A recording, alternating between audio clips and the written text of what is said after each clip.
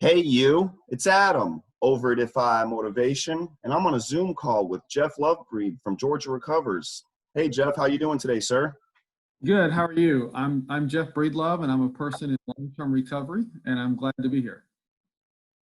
Good. So I'm down, actually I'm up here from Southwest Florida, and I see you're really big into the Georgia Recovers movement. Can you elaborate on that a little bit? What y'all are about up here? Sure, absolutely.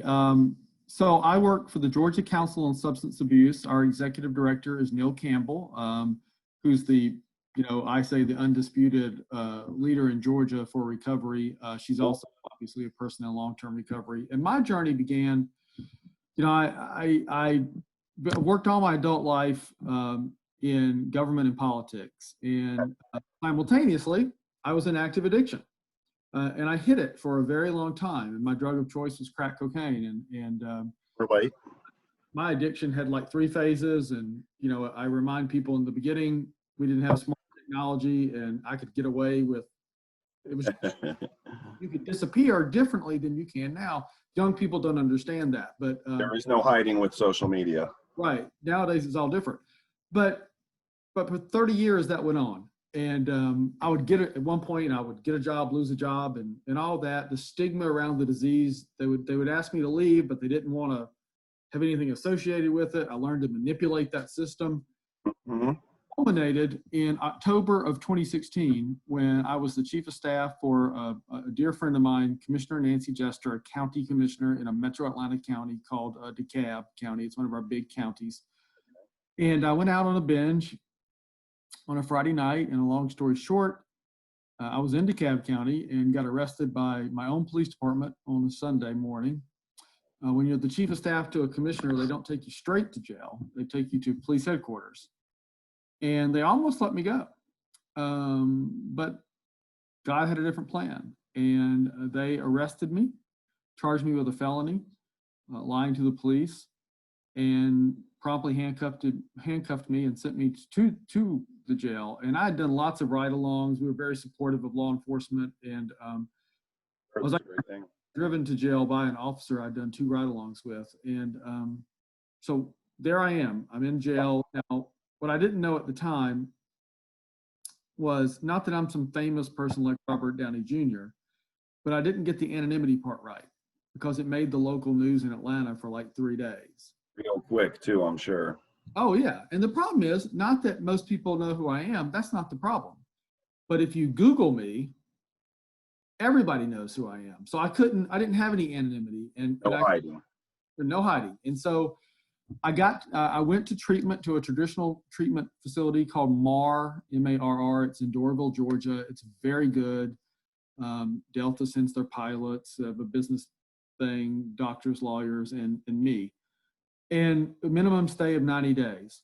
And while I'm in there, I worked on my life story and all that stuff and came to terms with the reality of my life. And my father had a heart attack while I was there, right after I did my life story. And I didn't get to process everything I shared in my life story about the conflict between my dad and I, and really tested me. I stayed in treatment. And then my counselor didn't want me to go to work. He said, "You're so sick, you're just not even ready to go anywhere. You just need to keep on." And so I come home, but I go back so many days a week that I might as well have stayed there. Right. I'm going into debt. My wife and son are supporting me. My son is in high school. He's a pretty good kicker, and just trying to get better. And then finally they were like, "You need to go back to work." And the Attorney General of Georgia, Chris Carr, a great supporter and proponent of recovery, Chris introduced me to Neil Campbell. Okay. We're going to some event. Well, what that event was called Addiction Recovery Awareness Day. And it's the biggest event for recovery in the state of Georgia. What is that? It's in January every year. Okay. And he didn't tell me that's what the event was. So I thought, he's going to give some speech to 30, 40 people in some room. There were 750 people in this room, all about recovery. All I had known was my treatment facility. And Neil meets me. She gives me a job a couple of weeks later.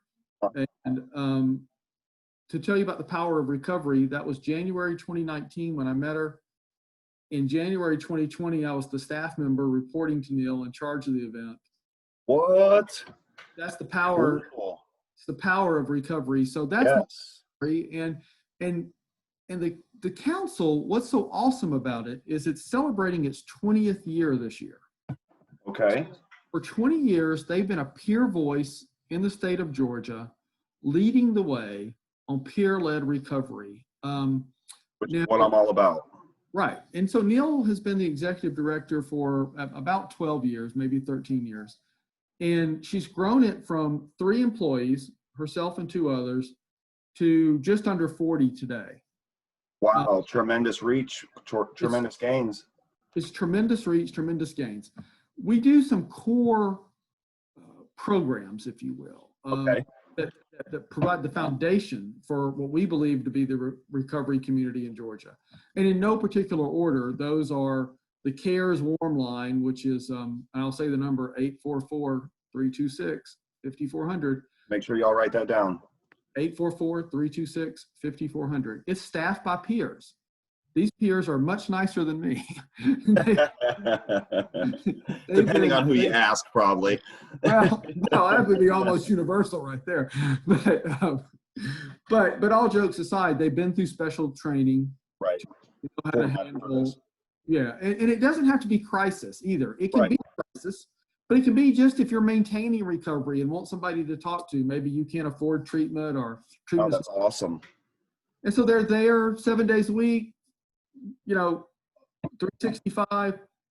It's just a wonderful thing that the council, the Georgia Council on Substance Abuse, whatever the name of our organization is, Georgia Council on Substance Abuse provides. We have the CARES Academy. The CARES Academy is truly revolutionary. The concept behind the CARES Academy is you train peers to work in the recovery field. Be that gap between medical doctors, enforcement, and be a equal voice, a voice of experience, of lived experience. And so lived experience actually, and the way I view it, can actually go exceptionally further than sometimes, staff, administration, law enforcement. The relatability factor to one another between peers. Well, that's the whole key to peer recovery being successful. Georgia embraced it. They were very supportive, and now there's over 750 peers across the state who have been through the CARES Academy. Really? Yes, sir. Yes, sir. We're up to about 6 a year, sometimes 4, sometimes 7. And these academies are a week long. They're very hard to get into. In fact, I got denied the first time I applied, even though I worked. It's very hard to get into. And it's a solid week. It's a little bit over 40 hours, but it's at least 40 hours that week. And these are, you get a certification. I mean, it's legally in Georgia that you're certified to do this peer-led work. And they're all over our state. Of course, some have moved out of state, I guess, but most of them are in Georgia. And this really changes the culture. Yes, it does. The broader recovery world. Because once a professional who said no to that gets to meet somebody who lives in their community who they know, it changes their perception of how the peer can help in the structure of professional recovery. Right. I love it. So CARES probably the foundation of what we do. There's a CARES Academy this coming week, and what's historic about it, it's going to be virtual. I mean, because of COVID, we have to be realistic, and we the team that Jay Hughes runs that for us with Neil. Neil made the decision, look, it's not ideal, but got to be safe, and we'll have one. We'll adapt. That's what we do in recovery. We adapt and conquer, pivot, don't pause. Right. So we'll have that, and we'll just roll on. So another thing we do is a pilot program, but it goes straight to what we just talked about. And we do a pilot program at Northeast Georgia Medical Center in Gainesville, Georgia, Hall County on the north side of Metro Atlanta. Okay. Smaller hospitals in Northeast Georgia. But peers actually go into and are part of the staff in both the ED, the emergency department, emergency room, and the NICU. Really? changed the culture at this hospital in the sense that so you're a peer in crisis, and you know, obviously you're a female if you're in the NICU with birth, With baby and whatnot, right? or the ED could, you know, be anybody for anything. Correct. So you're in a crisis situation, and let's say you're a mom, and you kind of come to your senses and you realize, if I say certain things or do certain things or even stay here, I might lose my baby to DFACS. We've had stories before this happened of moms getting off the table and running out the door, and, you know, putting themselves and the baby in harm's way. Yeah. The concept here is a peer is there when the time is right. Right, for the right purposes and needs. And they say, look, we're not law enforcement, we're not DFACS, we're not even you know, we're the same. Yeah, we're with you. Right. And so peers stay because they see that level of trust develop. And then here's what it does. It doesn't just save lives, it saves taxpayer dollars. Yes, it does. We've reduced the average stay in the NICU for a mom down from double digits to single digits, and that's $3,000 or $4,000 a day. Right, So that's tremendous. Tremendous savings. And so that's another program. And then the last core program we do more than these core programs, is called Recovery Community Organizations. We have about 30 of these, right at 29, I think, and 3 or 4 about to come online. These are statewide, and what they are, they're not treatment centers. And it's not just a fun country club either. It's somewhere in between where people come and go, everybody's welcome, they're manned by peers. They do have to follow some guidelines set up by the federal government and state. Right, policies, procedures, protocol. Right. But within those guidelines, there's a wide latitude of what programs to offer. For example, in Jessup, Georgia, not too far from Florida, down in Wayne County, they run a drive-through food pantry. So it works in that community. That's what that community they needed. Now up in Atlanta, in downtown Atlanta, in the heart of the city, we have one that's based on art. And the folks that go there, it's all about recovery through different types of art. Right. Community needed, and they can be everything in between. There's about 30 different things each one is known for, but they're all peer-led. That's really cool. They get to the point where they're brick and mortar. Right. Start off as brick and mortar. Maybe they start meeting in the basement of a church or a YMCA. An establishment, right? Wherever. But the idea is to become brick and mortar, then become self-supporting, and get off of the support from the state and federal government, and get on your own path of sustainability. And these are wonderful. And the beauty of them, real quick, is they're in urban, suburban, and rural Georgia. They're white, they're black, they're Hispanic, they're right, so that we can cast the net and reach everybody that's in need. And the last one I'll talk about in particular is there's one in Athens. There's two in Athens, but one of them in Athens, Georgia, home of the University of Georgia Bulldogs. Don't hate us down there, Florida Gator fans. Is yeah, go Dogs. We'll talk about it next season. I didn't even go there. But all jokes aside, right there in downtown Athens, this is the only RCO that is gender specific to women, because in addition to recovery, they do support for women that have been in victims of human trafficking. Oh, wow. And the women move there to be a part of the community from around, well, the South. Right. And a whole community in Athens, Georgia. It's called Divas Who Win. It's Shonda Santana, herself a victim of human trafficking, came out of that lifestyle, has saved countless lives, her and the team there. And, you know, so it doesn't have to just be about drugs. Not at all. It's about helping the world, making the world a better place, no matter what our impacts we choose to do with. But right. So those are the cornerstones of recovery in Georgia with the Peer Led. We do have Addiction Recovery Awareness Day, like I told you. The one coming up in 2021 is going to be actually on February 4th this year, just the way the calendar worked out for the legislative session. Uh-huh. Last year, so that one I went to first had 750 people. last year we had over 1,300 people show up. It was the largest citizens event at the Capitol last session. We do training. The governor comes, kicks it off, gives a proclamation.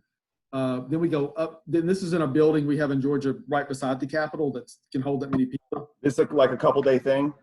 No, it's a one-day thing. Just one day? Okay. Yeah, okay. yeah, it's a one-day thing. Cool. And kicks off at 9 and ends about 2. And so we do the morning until lunch with some training and talks and conversations. And then we head over to the Capitol itself, a block away. And we go to the Capitol and we have a press conference, rally, people speak at a podium, members of the General Assembly speak, doctors and whoever else is our guest. So it's a wonderful thing. We're doing it again this year. We are actually trying to figure out what it will look like because of COVID. We're coming up with 3 plans. One, if it's all better and we can do whatever we want. One, if it has to be 100% virtual. And one, if it's some sort of hybrid. A, B, and C choices kind of thing. Preparing. Yeah. So that's what we do, and that's our belief.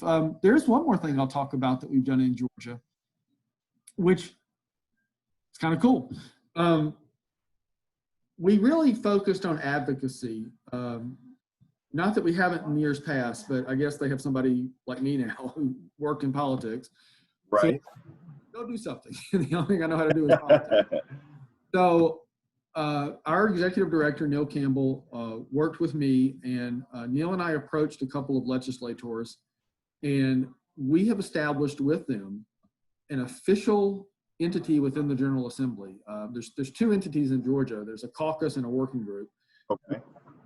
This as a working group, but it's sanctioned by the Speaker of the House and the Lieutenant Governor on the Senate side. And it's the Working Group on Addiction and Recovery. Now, the members can only be members of the General Assembly. I mean, it's a General Assembly group. Right. You can be in the Senate or the House, Democrat or Republican. We don't care. Just come on. Right. Right. And what we do is we have 2 co-chairs. We have a senator, Randy Robertson, Senator Robertson. He's a white Republican. And we have a state representative, Eric Allen, who's an African-American Democrat. Diversification. They're the 2 co-chairs. We have over 45 members of this working group in both chambers, in both parties. And I will tell you this, nobody even knew about COVID when this started last fall before the session. And we were so blessed that this was in place during COVID, because what happened, 2 things happened. One, we got to introduce some bills proactively for the first time, and one of those passed, and well, actually 2 of those passed, but one of those is, and we're waiting for the governor to sign it in a couple of days, and we're told he's going to, so thank you, Governor. But Governor, we appreciate you. It's a license plate bill. There'll be a Georgia first license plate. And some people might say, well, what does that matter? Well, if you get several thousand license plates, and down in Florida, I know there's Gator license plates, and crazy. We got like 200 of them. You know, right. I mean, when you see those on the road, people go, oh. And what this does is it helps break that stigma, normalizes recovery as something that can even be on your car, sanctioned by the state of Georgia, just like wildlife and football and colleges. Everything else, right. Represent yourself. Don't run from yourself.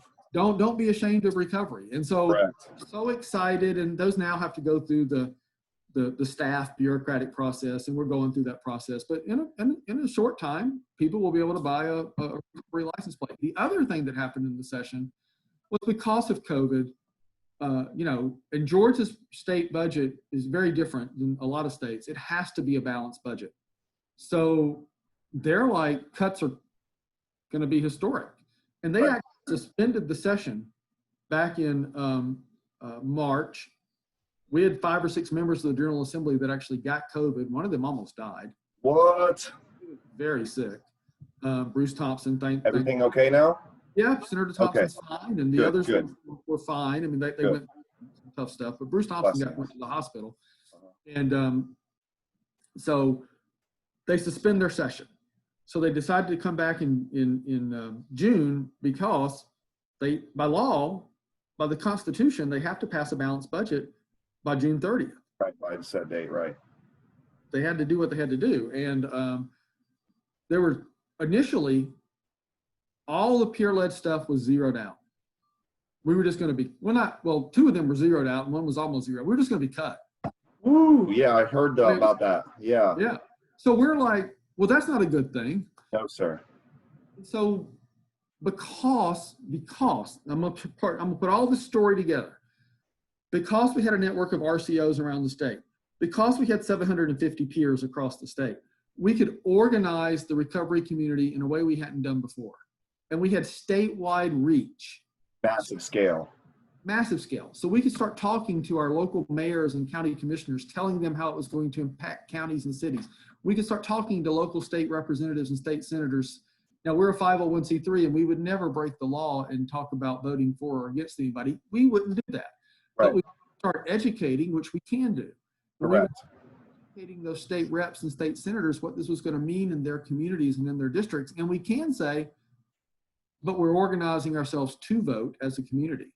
And we reminded them that we're in recovery and we vote. And we changed that from zeroing out that RCO program that we've referenced, $4 million program, to zero.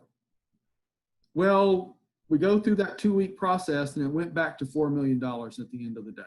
Good. That NICU program, it wasn't literally zeroed, but it was basically zeroed to where it would be ineffective. And that went back to full funding. And our budget to support all the other peer stuff was practically zeroed out. And that went back to full funding.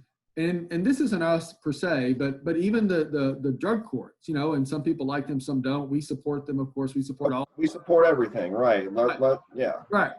They are going to lose so much money that in many counties, they would become ineffective. And that's not cool. They'll destroy the community. Right. So to their credit, Democrats and Republicans came together in the state, in the General Assembly. The governor worked with them. And we're very thankful that everything was fully restored. But none of that would have happened if Neil and Jeff walked to the Capitol by ourselves. Everybody likes us, and that's great. And we can have a Coca-Cola and share some peanuts and have a good time. But without an organized voice across the state of peers speaking up. Outspoken voices. Out and being united about it. We're very thankful they put their trust in the Georgia Council on Substance Abuse and let us help form the message and develop the timeline and not run just with our emotions, but think it through professionally and know how to talk, use recovery language, use advocacy language. Verbatim verbiage per se. Yeah, do it in a way that will win votes, not feel better. We had a great session and a tremendous victory, and those RCOs will stay open. The CARES program will keep going. The warm line will stay funded, and the NICU program will still work. And we're stronger having gone through this crisis than we were before we went through this crisis. So that's kind of what we've been doing in Georgia. And the foundation for all of that is a lady named Neil Campbell, who had a vision, who had a dream, that peers, as she says, Neil Campbell will say, nothing about us without us. She also says, if you're not at the table, you're probably on the menu. That's a very true analogy from where I'm from. And Neil Campbell said, you've got to be, recovery peers have to be at the table. And without that working group on addiction and recovery, this wouldn't have happened either. So it was a combination of peers coming together under the leadership of Neil Campbell, working with the working group on addiction and recovery, getting a bipartisan coalition together, that we saved recovery, peer-led recovery in Georgia. That's absolutely incredible. You know, hearing that information, based where I'm at in Southwest Florida, there is nothing like what y'all are doing here. I mean, to hear of, you know, CARES Academy, pilot programs, recovery community coordination, meetings February 4th, 2021. I mean, Jeff, that stuff's so intriguing. Like, you know, the peer advocacy part is a really huge part. You know, I'm slowly scaling my YouTube channel. I'm branching off into a couple other things. I'm collaborating with like-minded individuals like Jamie and Georgia Recovers. I'm really impressed. I got to tell you, like, I came up this way, not knowing how everything works. And of course I will continue to slowly learn, because I'm a sponge. I like to absorb knowledge, especially from like-minded people like yourself and your team here. And it's mind-blowing to me, right? It's like down here or down there where I'm at, good luck. Well, You have an it addiction, used to be good that luck. way in Georgia. And Neil What would changed though, Jeff? What changed? Well, and before we hang up, I do want to talk about Recovery Month. I don't want to forget that. But what changed was Neil Campbell, and I keep saying that, but Right. Barry Manilow had a song. It wasn't his most famous song, but it was called One Voice. And in that song, he just says it takes one voice to start speaking, and then others will join you. And, okay, so that's a song by a guy named Barry Manilow, but it's serious analogy in that Neil said enough is enough. And, this was 13, 14 years ago. Wow. And look, Neil was a police officer in Key West, Florida. Really? Yeah. And, look, she tells her own story of recovery and all that. But, I think in next month, it's going to be 30 years for her next month or later this month. But oh my goodness. It's coming up on 30 years of recovery. Congratulations early. That's awesome. Yeah, her story's amazing. And she got a job, state government, and back in the 90s, and she kept seeing, well, they'd only go so far. Only go so far in recovery and very little with recovery. And so she just said, look, what if we tried it a different way? And, she did it the right way. She didn't burn any bridges, but she went to the state and said, what if she heard about the council, it had just gotten started and, okay. And she presented to them and they brought her on as executive director. And she's been she sits on all kinds of national boards for recovery. She's truly a national recovery leader who happens to live in Georgia. Wow. But she created this with one or two other like-minded people, Joyce and Owen and some others that were with her in the very beginning. And the three of them, they just, went out every day and had good days and bad days, days where no one paid attention to them and days where they got in the news. But over the course of, a decade plus, they've built this foundation that other people like myself and the 30 so people that work here now, the Jamies in Athens, the divas who win in Athens, Shondas, we're standing on their shoulders and we're standing, on nobody's shoulders more. So Neil just said, I'm going to build this and people will follow. And they have followed. And she built— that legacy is here to stay, it looks like. Yeah. Oh, it is. She built it very methodically. Yes. Structured. Very, very carefully. Yes. And she never wavered from the principal belief that the most important voice at the table for recovery is the peer voice. We love doctors, we love law enforcement, we love all kind of other professionals, and we can't survive without them. Without them, of course. Saved my life. But at the end of the day, the voice that's got to be at the head of the table has got to be the peer voice. And she's started paradigm in Georgia. Look, there's still a stigma even within the community. We still fight bias. We still fight prejudice. We still fight people that don't at that table. But we're in a stronger place today, than we were 14 years ago when she started. That's just remarkable. It sort of reminds me of the mission that I'm on. I actually celebrate 4 years and 4 months today. Good. Oh, so there you go. It's an honor and a privilege to be in Athens, Georgia. It's an honor and a privilege to be on a Zoom with you. And hey, can you talk to you? Yeah, can you say that 844 number one more time for the fans? That number for the CARES Warm Line is 844-326-5400. And if we have time, let me tell you about two things real quick. Real quick, let's do it. Real quick, you gotta stay focused wherever you are, wherever you're hearing this. September is National Recovery Month, and one of the important things that Neil did was make sure that we do things during Recovery Month around the state. Now, of course, this year we'll be doing some of them virtually, some in person with small groups. But yeah, so what we do in Georgia from an advocacy point of view is we started bookending Recovery Month on one end in September, and the session starting in January on the other end. Okay. So incorporate Recovery Month. We have a whole plan. We'll have probably 30, 40 events, maybe 50 around the state. In September. Really?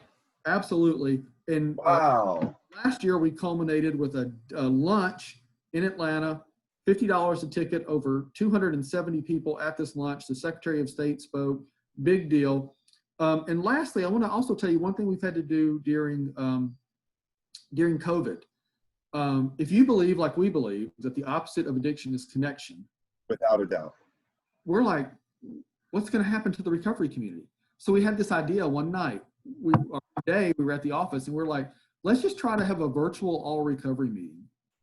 And we were like, we didn't even know how to do it, much less if anybody was going to come. But we had Zoom, and we had a guy on our staff named Brian Kite who knows about Zoom. And so we had a meeting and people came. And they came and they came. And now they're twice a day, 7 days a week. Really? Well over 100. We've had 4,000 or 5,000 people get on these things. And check this out. We now do 2 a week in Spanish, and we do one a week focused on the LGBTQ community. That's great. The reach is growing. The reach is there. And you know, I don't remember the Zoom login, but it's not hard to find our virtual all recovery meetings on our social media. And if you just go to our social media and you're looking for a meeting, we've had people from, I don't want to say all 50 states because I don't know for sure, but we've had people from an awful lot of states get on. A couple of folks internationally get on. So we just invite you to join our virtual all recovery meetings. We've got the general one in English. We've got the Spanish one. We've got the LGBTQ one. Whatever you need, whatever one would make you the most comfortable, go to the Georgia Council on Substance Abuse social media. We're on all of them, Instagram, Facebook, Twitter, and LinkedIn. And invariably, you're a post about our all recovery meetings. Anybody from everywhere, everybody from anywhere is invited to get on these. Even Florida. Even Florida. Especially if you're going to eventually invite me down for some barbecue and go to the beach, well, we can do that again. Hey, once all this stuff's over, Jeff, I will gladly bring you down and put you up in Southwest Florida. We'll visit some beach stuff. FI Motivation family, we appreciate the time spent. Jeff Breedlove with Georgia Recovers and the Georgia Council on Substance Abuse. It was an honor and a privilege. Y'all make sure y'all find my man Jeff and all the social media platforms. The state of Georgia, I appreciate y'all so much. Y'all are getting emotional on this one. It's just nice to know people are out there. You know what I'm saying? No, yeah. Like, so my brother died. My brother died from a fentanyl overdose the day before my 4th year. And he was my solidarity, right? And in lieu of his death, man, I mashed the gas on my recovery. I refused to stop because I can't go get Robbie, but I can potentially change somebody's mindset. And we're not out here to change mindsets. We just want to challenge it because you're going to make your own decisions, family. And we're really glad to have you here. Jeff, I appreciate you so much. I'm going to hit the stop recording button real quick and we'll see you brother. Real soon.